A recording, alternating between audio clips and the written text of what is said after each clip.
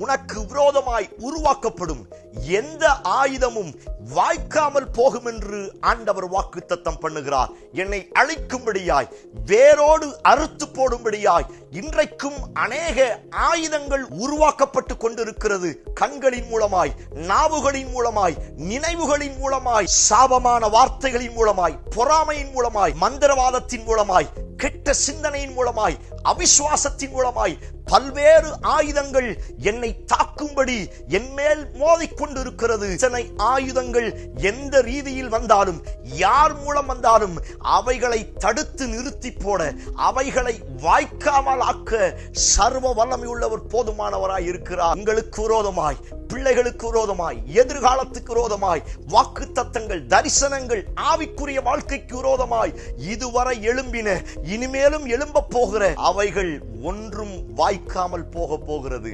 ஆமென்.